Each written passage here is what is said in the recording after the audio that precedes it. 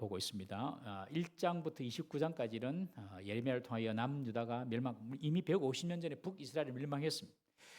이미 멸망했어요. 그리고 이제 남유다도 멸망이 될 것이다. 유다의 죄악상에 대해서 말씀을 하시고, 그리고 30절부터 33절까지는 30장부터 33장까지는 우리가 살펴본 것처럼 어제까지 살펴봤죠. 새벽에 바벨론 포로 생활 중에서 반드시 하나님께서 유다를 회복시킬 것이다. 그렇게 말씀하셨어요. 그리고 이제 오늘 새벽부터 34장이 시작되는데 34장부터 이제 45장까지는 다시 한 번 더 유다의 심판에 대한 말씀을 하십니다. 특별히 이 34장부터 45장까지는 유다의 마지막 왕들 여호와김 그리고 여호와김, 시드기야 그 시대를 배경으로 해서 말씀을 하고 있습니다. 유다의 마지막 왕이 누구라고요? 시드기야입니다. 시드기야. 그렇게 외워냈죠. 시드기야. 시드기야인데 지금 그때 하시는 말씀이에요. 이제 다 왔습니다. 이제 멸망의 끝까지 왔습니다. 예레미야를 통해서 예루살렘은 불타게 될 것이다. BC 586년경에 그 사실이 다 이루어졌습니다. 지금 이 말씀을 듣는 유다 사람들은 아직까지 이 멸망이 오기 전에 이야기를 예언을 들었거든요. 근데 우리는 지금 이미 이 예언의 말씀 다 성취가 되었고 또 회복까지 성취된 것을 우리는 다 알고 있습니다. 이 이스라엘 역사거든요. 다 알고 있어요. 우리가 정말 하나님의 말씀은 변함이 없는 정말 진리라는 사실을 우리는 절대로 잊으면 안 됩니다. 어쨌든 이 유다의 마지막 왕 시드기야 때에 하나님께서 다시 예레미야에게 유다의 멸망에 대해서 예언을 합니다. 성전이 있는 예루살렘은 다 불타고 성전도 다 파괴되게 될 것이다. 오늘 본문의 배경이 되는 내용이 오늘 1절이거든요. 우리 새벽에 보았지만 우리 1절 말씀 한번 다 같이 읽어보겠습니다. 시작. 바벨론의 느부갓네살 왕과 그의 모든 군대와 그의 통치하에 있는 땅의 모든 나라와 모든 백성이 예루살렘과 그 모든 성읍을 칠 때에 말씀이 여호와께로부터 예레미야에게 임하여 이르시되. 그러니까 지금 이제 마지막 바벨론 군대가 1차, 2차 포로 다 데리고 가고 또 마지막 3차 정말 그 예루살렘을 완전히 박살내려고 자기 수하에 있는 모든 왕국의 군대를 다 끌어모아가지고 지금 예루살렘으로 쳐들어온 것입니다. 이 예언은 40년 예레미야가 예언했던 이 40년 예레미야가 40년 동안 유다가 멸망할 것을 예언했는데 그 전부터 이미 선지자들이 유다가 멸망할 거다 그렇게 계속 말했거든요. 여러분, 멸망이나 심판은 갑자기 졸지에 임하는 것처럼 보이지만 절대로 그렇지 않습니다. 반드시 그 전에 수많은 전조증상이 있습니다. 항상. 우리가 뭐 큰 병에 걸린 것도 갑자기 병 걸린 거 아니거든요. 항상 이게 신호를 줘요. 그런데 그 신호를 무시하고 가면 이제 어느 순간 보니까 큰 병이 되는 것처럼 이 유다의 멸망과 심판은요, 예레미야 40년 예언 이전부터 여러 선지자들이 계속해서 경고하셨습니다. 여러분, 가룟 유다도 보십시오. 예수님을 판 가룟 유다도 보면 예수님께서 몇 번이나 경고하셨죠. 제자들 다 불러놓고 하는 말이 너희 중에 하나가 나를 팔고 그리고 너희 중에 다는 아니다. 하나가 마귀다. 너희 중에 하나는 마귀다. 그런 말씀도 하셨고, 마지막 성만찬 때에는 그냥 손을 이렇게 같이 이렇게 떡그릇을 만지는데 여기에 나와 함께 손 넣은 자가 바로 그다. 그러면 가룟 유다가 이거 내내 하고 깜짝 놀래고 예수님 다 알고 계시네 하면서 회개하고 돌아와야 되는데 절대로 안 그러잖아요. 여러분, 계속 경고가 주어짐에도 불구하고 안 듣습니다. 여러분. 유다의 백성들도 마찬가지였어요. 이전에 예레미야 이전부터 예레미야도 40년 동안 예언을 했지만 그 이전부터 여러 선지자들이 경고를 듣지 않고 끝까지 회개하지 않아서 이제 마지막 유다의 왕 이 시드기야까지 오게 된 것입니다. 그런데 이때에도 주님은 지금 예레미야를 통하여서 시드기야 왕에게 경고하고 있습니다. 다 왔는데 지금 이제 끝이에요. 시드기야 11년 재위하거든요. 11년. 지금이 아마 한 10년 정도 됐습니다. 10년 정도. 그러니까 내년 1년 정도 지나가면 시대가 끝납니다. 1년 정도 지나면. 그런데 하나님은 그때까지도 지금 말씀하고 계세요. 내년이면 끝나는데. 그리고 유다를 다시 회복할 수는 없어요. 그렇지만 계속해서 또 이 예레미야를 통해서 늦게라도 돌이키라고. 그런데 안 듣습니다. 오늘 본문도 안 듣는 내용이 나타납니다. 여러분, 이런 속담이 있습니다. 망할 사람은 귀로부터 망한다. 귀가 망했습니다. 귀가. 들어야 할 말을 안 듣고 안 들어야 할 말을 듣습니다. 여러분. 돌아보십시오. 인생에 언제 실패했습니까? 들어야 할 말을 안 듣고 듣지 말아야 할 말을 들은 거예요. 그게 진짜인 줄 알고. 귀부터 망합니다. 귀부터. 귀가 열려야 됩니다. 귀가. 그냥 뭐 소규의 경읽기처럼 소에 듣고 아무리 경을 읽어도 소가 듣습니까, 여러분? 소가 되면 안 돼. 우리가 소가 되면 안 돼. 개는 잘 듣더라고요. 개는. 소가 되면 안 돼. 여러분, 우리 귀를 정말로 거룩하게 주의 음성에 민감하도록 우리가 늘 귀가 열려야 될 줄로 믿습니다. 귀부터 망하는데 망하는 사람은요, 결국 망하기 직전까지 모릅니다. 직전까지. 망하고 나서 아, 망했구나 합니다. 출애굽기 10장에 보면 모세가 8번째 메뚜기 재앙을 이제 선언을 하는데 바로가 이스라엘을 도와주지 않습니다. 그때 신하들이 그렇게 말합니다. 이 바로 왕에게 왕이시여 어느 때까지 이 사람이 우리의 함정이 되리이까? 그 사람들을 보내어 그들의 여호와 하나님을 섬기게 하소서. 왕은 아직도 애굽이 망한 줄을 알지 못하시나이까? 그 대신들이 그냥 왕이 하는 말이에요. 지금 7가지 재앙이 휩쓸고 간 이 애굽은 거의 초토화됐거든요. 왕은 아직까지도 애굽이 망한 줄 알지 못하시나이까? 하고 그냥 왕을 이 부하들이 보내줘야 된다고 그렇게 왕에게 호소를 합니다. 망하는 사람은요, 자기가 망하는 줄 모르고 망합니다, 여러분. 귀가 먼저 망하기 때문에 그렇습니다. 망하지 않는 사람은 왜 안 망했느냐? 아, 그러면 망하겠다 알았기 때문에 망하지 않은 겁니다. 아, 이러면 망하겠다 생각했으니 돌이키고 회개하고 다른 방법을 찾는 거예요. 아, 내가 이러면 망하겠다 이런 생각이 드는 사람은요, 살 사람이에요. 회복될 사람이에요. 잘 될 사람이에요. 근데 나는 절대로 안 망한다 이런 사람은 반드시 망합니다. 사람이 100% 완벽할 수 없거든요. 100% 바른 선택을 할 수가 없어요. 사람은 항상 실수가 있단 말이죠. 나는 안 망해 이런 사람 미안하지만 망하고요. 아, 내가 이래서 망할 수도 있겠구나 이런 사람은 이제 안 망할 길을 찾습니다. 그런데 진짜 망한 사람은 그 생각을 못해요. 절대로 안 망한다. 유다도 그랬고 이 유다가 그래요. 유다가 하나님 우리와 함께 하신데 우리가 어떻게 망하노?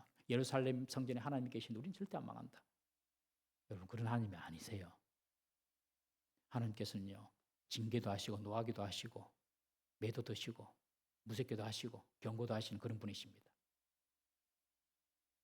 한국교회는 어떻습니까, 여러분? 이대로 가면 되겠습니까? 안 되겠습니까? 여러분들 생각에는 이대로 가면 안 될 것 같아요, 여러분.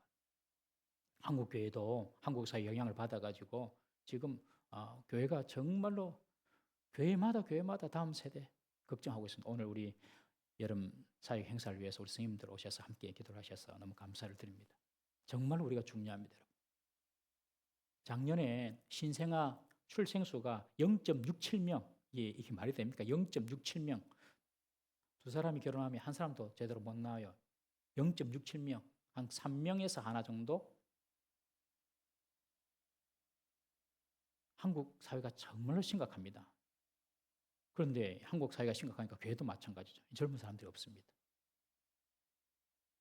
특별히 부산에 있는 교회는요, 더 심각합니다. 젊은 사람들은 직장 따라서 서울 가고, 부산 같은 게 울산에도 가고, 또 자녀 교육을 따라서 다른 도시로 다 나갑니다. 올해 제가 지난 목요일인가요? 신문을 보니까 부산 초등학생들이 작년에 비해서 5,700명이 줄었답니다.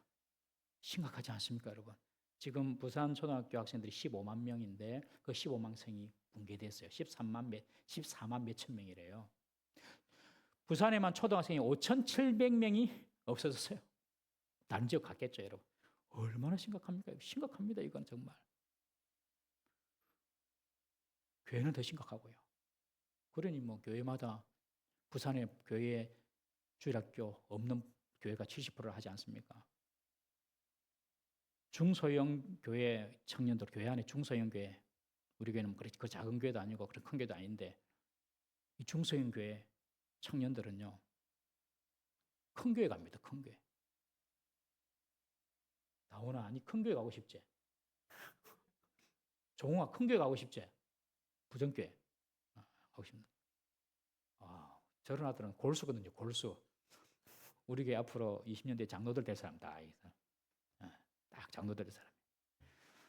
골수기 때문에 안 가지만은 젊은 사람들은 큰 교회 갑니다. 왜요? 거기서 만남이 있으니까.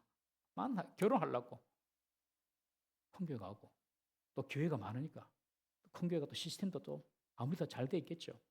젊은 사람 다 글로 갑니다, 여러분. 우리 교회에 남아있는 청년들 보면 정말로 우리가 감사해야 됩니다. 정말로 감사해야 됩니다.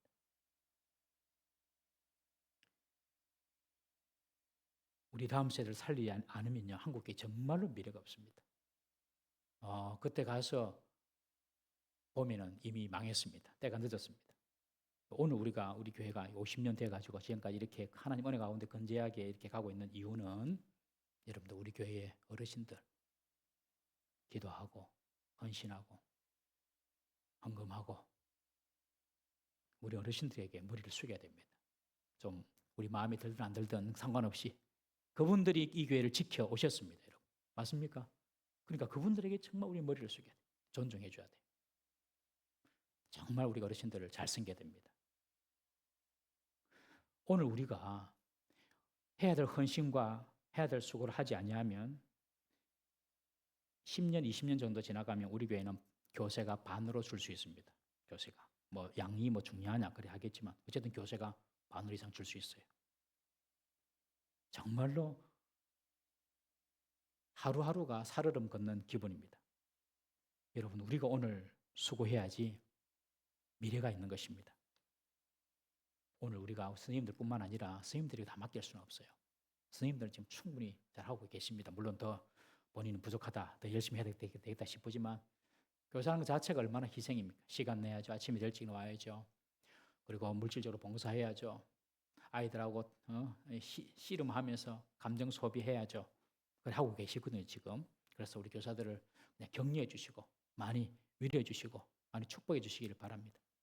우리 모든 교회가 정말 다음 세대가 오고 싶고 머물고 싶고 그리고 있고 싶은 그런 교회로 만들어 가야 할 줄로 믿습니다. 우리가 헌신 안 하면 안 돼요. 골든타임이 지납니다. 정말로 얼마 안 남았다고 생각합니다. 이 유다는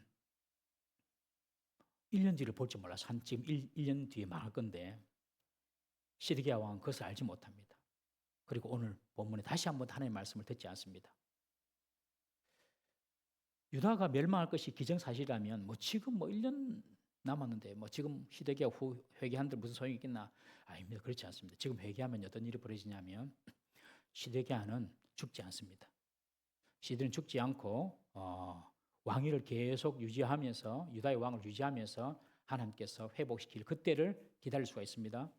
그리고 유다는 자기가 보는 눈앞에서 두 아들도 잃지 않습니다. 그리고 유다는 자기 눈이 뽑히지도 않고 바벨론으로 포로로 잡혀가서 죽지도 않을 것입니다.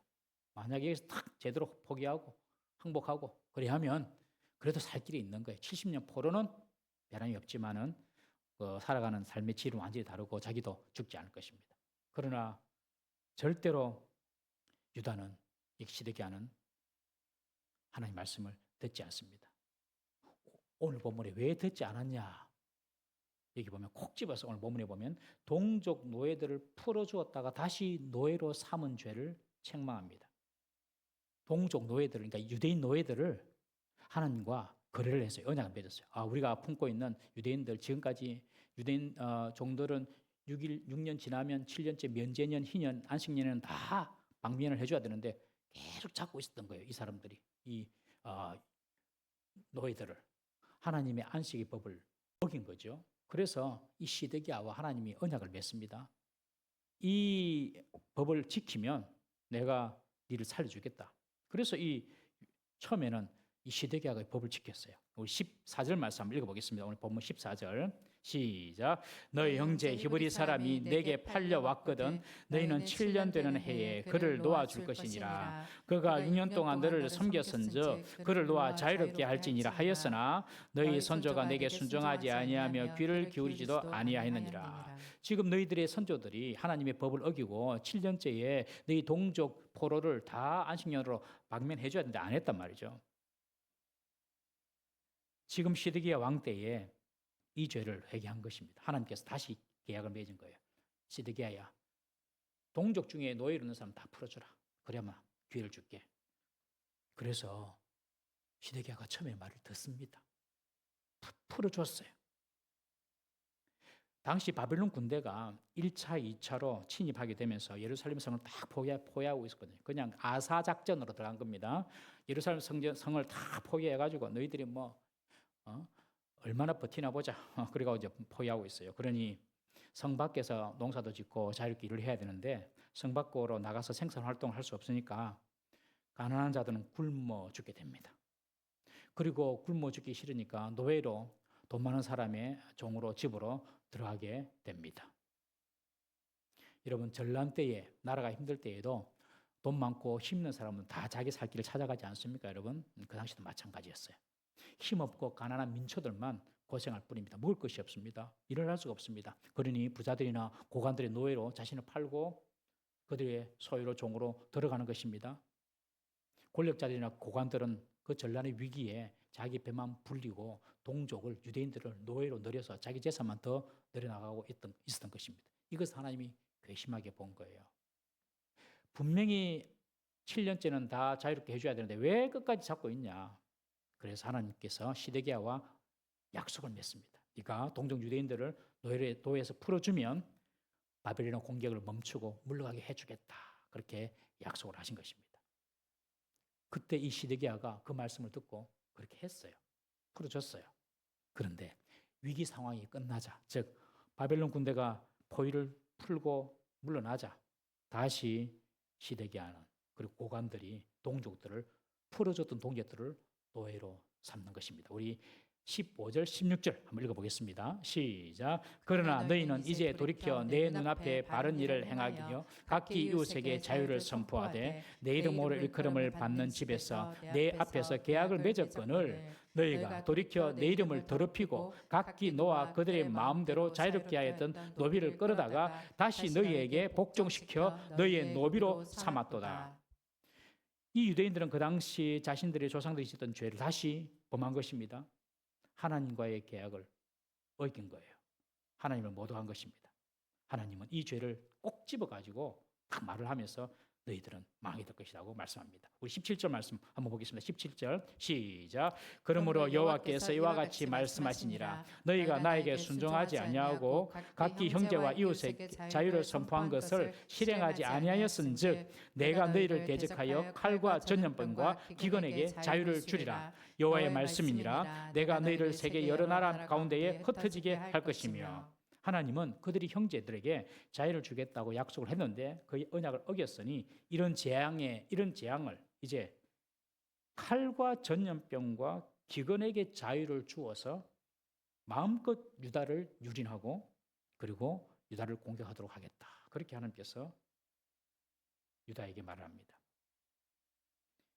여러분, 우리가 누군가를 자유롭게 해주면 내가 자유롭게 되는 것입니다. 내가 누군가를 속박하고 억압하면 나도 다른 요인으로 억압당하고 속박당할 수 있음을 알아야 합니다. 내가 누군가를 윤택하게 해주면 나도 윤택하게 되고요. 내가 누군가를 구제해주면 나도 구제받게 될 것입니다. 내가 선을 베풀면 선이 내게로 돌아오고 내가 악을 베풀면요 그 악이 내게 돌아옵니다. 우리 잠언 11장 25절 말씀 한번 보겠습니다. 시작. 구제를 좋아하는 자는 풍족하게 해줄 것이요 남을 윤택하게 하는 자는 자기도 윤택하여 지리라. 정신병자들 특징이 뭐냐면 자기밖에 모르는데 말하는 것은 다 맞아요. 정신병자 이게 이제 정신병자들이 이렇게 이제 있는 병원에서 상담을 하면은 말이 이상한 말하고 막 그렇지는 그런 사람들은 진짜 이상한 사람들이고 말이 합리적으로 다 이야기를 해요. 근데 전부 다 자기 말이에요. 자기 내가 어떻고 다 내 중심이에요. 다른 사람에 대한 생각이나 배려 자체가 없어요. 정신병자예요. 다른 사람이 어떻게 느끼고 다른 사람이 어떤 상황이고 다른 사람이 어떤 형편이고 요걸 이해할 머리가 없고 그런 마음이 없는 거죠. 정신병자입니다. 전부 다 내 중심으로 딱 이렇게 모든 판단을 내 중심으로 하는 거예요. 그러니 다른 사람의 필요도 보이지 않고 다른 사람의 감정이 마음도 보이지 않고 아무것도 안 보이는 거. 내밖에 안 보이는 거 내밖에. 여러분 다른 사람을 윤택하게 하면 자신도 윤택하게 될 줄 믿으시기 바랍니다. 오늘 하나님께서 시드기야 왕에게 네가 네 형제를 노예로 삼으면서 그들을 자유를 주지 않았다. 그러니 내가 칼과 기근과 전염병에게 자유를 줘가지고 그 칼이 마음껏 춤추게 하고 전염병이 성 안에서 마음껏 돌게 하고 굶주림이 그냥 기근이 이 예루살렘 성을 그냥 마음껏 돌아다니도록 하겠다. 그렇게 말씀합니다.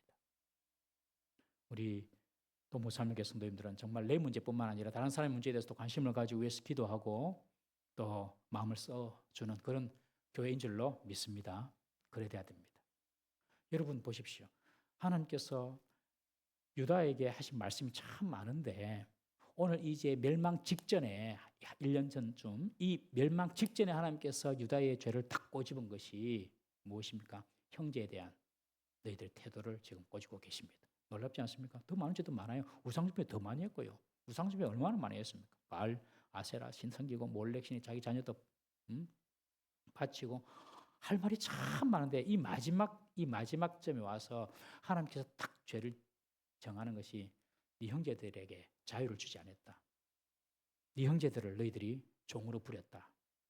여러분 우리 공동체가 살려면요. 형제들을 지체를 귀하게 봐야 됩니다. 되는 교회는 그런 교회입니다. 다 서로를 귀하게 봅니다. 다 서로를 좋게 보고 귀하게 보고 존중하고 저 사람의 아픔 슬픔이 나의 슬픔인 줄 알고 위해서 기도해주고 저 사람이 어려움이 있으면 나도 같이 마음을 써주고 그런 공동체가 잘 되는 공동체고요. 안 되는 공동체는요. 아무 관심이 없어요. 저 사람이 어찌됐든지 관심이 없어요. 잘 되면 시기나 하고 질투나 했었고 뒤에서 뭐 이상한 말이나 했었고 뭐 부정적인 말로 자꾸 끌어내기를 했었고 그는 망하는 공동체는 망하는 공동체. 되는 공동체는 정말로 다른 사람의 그 형편과 마음과 그 고통을 이해하고 함께 짐을 지려고 하는 공동체가 되는 공동체입니다. 딱 하나님께서 오늘 유다에게 한 죄를 딱 지적하는 것이 너희들이 형제들을 약속대로 돌려보지 않았다. 그렇게 말합니다. 그러면서 18절에 그렇게 말씀하십니다. 송아지를 둘로 갈라서 그 사이로 지나가게 하는 그런 언약을 이야기합니다. 이 언약은 창세기 15장에 나오거든요. 하나님께서 아브라함과 언약을 맺으실 때에 고기를 짐승을 이제 그러니까 그 서프링이죠. 그 희생물을 딱 쪼개가지고 딱 송아지를 쪼개가지고 양쪽에 걸어 놓습니다. 그냥 그 사이로 지나가거든요. 횃불 들고. 이 말은 무슨 말이냐면 언약을 하는 당사자가 언약을 딱 하고 난 뒤에 송아지가 쪼개서 걸어놓은 그 길사를 지나가면서 만약에 우리가 이 언약을 어기면 우리가 이렇게 쪼개진다. 그런 시청각적인 교훈입니다. 우리가 언약을 맺었지만 이 언약을 어길 경우에는 이 재물처럼 우리는 쪼개질 거야.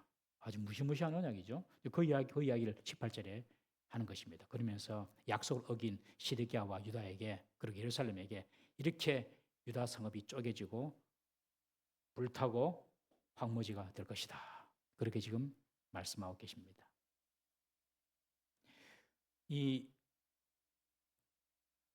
유다 백성들이 지금 마지막 때에 이 시스기야가 하나님과 언약을 맺으면서 그러면 우리가 우리 동족을 보내주겠습니다 했죠. 한번 보내줬어요. 보내줬단 말이에요. 왜요? 지금 절대절명의 위기에 있으니까 한번 해봤어요. 그런데 정말로 보내고 나니까 바벨론 군대가 물러나왔어요. 이 타임이 어떤 타임이냐 하면 애굽에서 원정군이 올 때입니다. 애굽에서 유다를 돕기 위해서 원정군이 왔어요. 왜 애굽에서 유다를 도와주냐면 유다를 도와줘야지 바벨론 군대가 애굽까지 안 내려오거든요. 이 유다가 딱 위쪽에 북쪽에 바벨론 군대와 남쪽에 애굽 세력의 딱 중간 지점에 있는 우리 한반도처럼 북쪽의 공산주의 세력과 남쪽의 자유주의 진영 세력 딱 우리하고 똑같아요. 우리 이 유다의 그 지정학적인 위치가. 그러니 이제 애굽에서 바벨론 군대를 물러치려고 올라온 거예요. 왜냐하면 시드기야 왕은 애굽 편을 들었거든요. 계속. 유다는 예레미야는 계속 이야기했죠. 애굽 편 들지 말고 바벨론에게 항복 좀 해라. 얼마나 듣기 싫은 소리입니까? 나가서 싸우자 이렇게 말해야 돼. 듣기 좋은 소리인데 항복해라 그러니까. 이 시드기야는 그래서 예레미야를 그냥 가둬버리고 두드려 패고 그랬지 않습니까? 그러면서 이제 애굽에 도움을 요청했어요. 그러니까 실제로 애굽 군대가 원정에 온 거예요. 애굽 군대가 올라온다는 소식을 듣고 바벨론 군대가 예루살렘을 포위하고 있다가 잠깐 나온 겁니다. 잠깐. 그때 시드기야가 딱 이제 살았다 하고 다시 노예였던 유대인들 해방했던 풀어졌던 그 자기 형제 유대인들 다시 노예로 부리기 시작한 거예요. 그 시간을 못 참고 좀 살만하니까 하나님과의 약속과 계획을 어겨버린 것입니다. 여러분, 이게 우리의 일상에 비일비재하게 일어나지 않습니까, 여러분? 정말 우리가 급하고 다급하고 힘들 때에는 하나님 이렇게 해주시면 내가 이렇게 하겠습니다. 받기도 하죠. 근데 조금 형편이 풀렸어요. 좀 잘 됐어요. 평안이 찾아왔어요. 그러면 잊어버려요. 어디 들어갈 때 마음, 나올 때 마음 다르다고. 아깝거든요. 자기 마음속에 이 이기적인 욕심이 생긴 거죠. 그래서 하나님 뜻을 거역하게 된 것입니다. 바벨론 군대가 예루살렘을 포위하고 있을 때는 하나님과 한 약속대로 풀어주었지만 이제는 바벨론 군대가 물러나니까 다시 하나님의 말씀, 하나님과 맺은 언약을 거역하고 형제들을 잡아들여서 노예로 삼은 것입니다. 여러분, 우리의 삶도 잠시 우리가 형통해지고 좋아지면 과거에 어려울 때 하나님과 맺었던 그 언약과 약속을 다 잊어버리고 내 이기적인 욕심을 따라서 살아가는 그런 신앙을 산다면 여러분들 절대로 하나님의 은혜와 복을 누리지를 못할 것입니다. 숨쉴 작은 기회만 생기면 어김없이 하나님을 떠나고 내 욕심대로 살아가는 그런 마음이 우리 인간의 본성입니다. 힘들고 어려울 때는 하나님 주여 하다가 하나님께서 해결해 주시면 그냥 하나님 감사도 잊어버리고 하나님과 한 약속도 깨버리고 약속도 잊어버리고 그냥 또 내 뜻대로 삽니다. 그러다가 또 어려움 찾아오면 또 주여 또 주여. 참 그것이 유다의 마음이나 시드기의 마음이나 우리의 마음이나 우리의 본성이나 죄인의 본성으로서 또 같은 것 같습니다. 여러분, 이것을 하나님께서는 괘씸하게 본 것입니다. 그래서 다시 내가 바벨론 군대를 예루살렘에 보내어 이 성을 치고 불살라 버리겠다. 그렇게 말씀하십니다. 내가 다시 바벨론 군대를 보내겠다. 실제로 1년 뒤에 다시 들어와가지고 끝나버렸어, 완전히 이제. 여러분, 우리가 위기를 당하고 어려움을 당할 때는 잠시 겸손하게 하나님께 엎드릴 수 있습니다. 그 진짜 겸손이 아닙니다. 진짜 겸손은 위기가 다 지나갔습니다. 평안합니다. 형통합니다. 그냥 될 것 같습니다. 가만히 있어도. 그때 더 하나님께 겸손하게 무릎 꿇고 하나님을 사모하고 하나님을 갈망하고 하나님을 붙들 수 있는 신앙이 진짜 신앙인 줄 믿으시기를 바랍니다. 내 자신의 이기적인 욕심을 정말로 내려놔야 됩니다. 다 내려놔야지 우리가 그 하나님을 갈망하고 사모할 수가 있습니다. 오늘 이 유다의 마지막 시드기야 왕의 그 실수를 보면서 우리 자신 한번 돌아봤으면 좋겠습니다. 우리가 위기 때에 하나님과 약속은 없는가? 내가 힘들고 어려울 때에 하나님과 약속한 것은 없습니까? 그리고 그 위기가 하나님의 은혜로 지나갔습니다. 그런데 여전히 우리는 그 약속을 기억하고 그 약속을 지키고 있는가? 아니면 나의 이기적인 욕심 때문에 그 약속을 잊어버리고 살고 있지는 않는가? 우리가 돌아봐야 될 줄로 믿습니다. 인생이 꼬이는 문제를 만날 때가 있지 않습니까, 여러분? 살다 보면 반드시 꼬일 때가 있습니다. 해도 안 되고 하려고 할수록 더 꼬이는 그런 상황 있지 않습니까? 내 뜻대로, 내 계획대로 안 될 때가 있지 않습니까, 여러분? 어떻게 해야 됩니까? 하나님 말씀을 들어야 됩니다. 하나님의 음성을 듣는 일에 힘을 써야 됩니다. 더 기도하고 더 말씀 가까이 가야 됩니다. 실타래가 꼬였을 때에 아무리 잡아 당기고 풀려고 하면 더 꼬이죠, 여러분. 꼬이게 된 그 첫 실마리를 딱 찾아서 풀어야지만 풀릴 수가 있는 것입니다. 인생이 꼬인 실타리처럼 되었을 때에 그 꼬인 실타리 같은 인생을 푸는 첫 번째 실마리가 내 이기적인 욕심을 다 내려놓고 하나님의 음성을 듣는 것입니다. 그러면 기적같이 풀립니다. 여러분, 내 귀가 망하지 않기를 주의 이름으로 축복합니다. 내 귀가 망하면 다 망해버려요. 내 눈이 망하면 다 망해버리는 거예요. 봐도 모르고 들어도 모르고 일이 지금 진행되고 있어도 모르고 망해야지 하는 인생은 정말로 불행한 인생인 것입니다. 사랑하는 성도 여러분, 우리 귀가 주님의 음성을 잘 듣는 그런 지혜로운 귀가 될 수 있도록 기도하십시다. 그리고 내 인생이 꼬였을 때에 하나님의 음성을 듣는 것이 사는 길이다. 꼭 기억하십시다. 그리고 우리가 과거 하나님과 한 약속이 있으면 그 약속을 어렵더라도 지키도록 최선을 다하십시다. 그때 하나님이 우리의 위기를 극복하게 하시고 우리에게 회복과 치유와 형통의 역사를 이루어 주실 줄로 믿습니다. 시드기야의 실수 더 이상 하지 않는 저와 여러분 되시기를 주의 이름으로 축복합니다. 우리 다 같이 한번 기도하겠습니다. 우리 이 시간에 주님